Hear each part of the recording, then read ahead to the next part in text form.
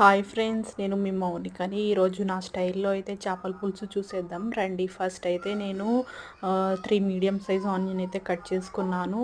Cut చేసుకున్న తర్వాత stove మీద అయితే కళాయి పెట్టుకొని కళాయిలో 3 టేబుల్ స్పూన్ ఆయిల్ అయితే వేసుకున్నాను. వేసుకున్న తర్వాత ఒక 2-3 మీడియం సైజ్ పచ్చిమిరపకాయలను అయితే కట్ చేసుకున్నాను. కట్ చేసుకున్న తర్వాత నేను కట్ చేసుకున్న ఆనియన్స్ని కూడా వేసుకొని ఫ్రై చేసుకుంటున్నాను పచ్చివాసన పోయేంత వరకు. తర్వాత అయితే అల్లం వెల్లుల్లి పేస్ట్ అయితే వేసుకోవాలి ఫ్రెండ్స్. వేసుకున్న తర్వాత అవి కూడా కాస్త పచ్చి వాసన పోయేంత వరకు అయితే ఫ్రై చేసుకోవాలి.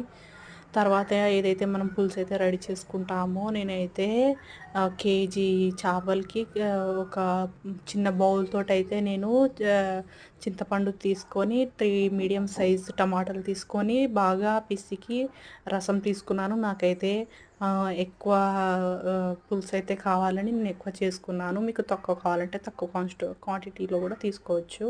తర్వాత ఏదైతే చేపలు ఉందో చేపలు కూడా పులుసులో అయితే బాగా దూరం దూరం అయితే వేసుకోవాలి ఫ్రెండ్స్. దగ్గర వేసుకుంటే అవి బాగా చితికిపోతాయి. బాగా పులుసు అయితే ఒక పొంగు ఉడికిన తర్వాత అయితే పులుసుని చేపల ముక్కలను అయితే వేసుకోవాలి ఫ్రెండ్స్. నా పులుసు అయితే మీకు నచ్చినట్లయితే లైక్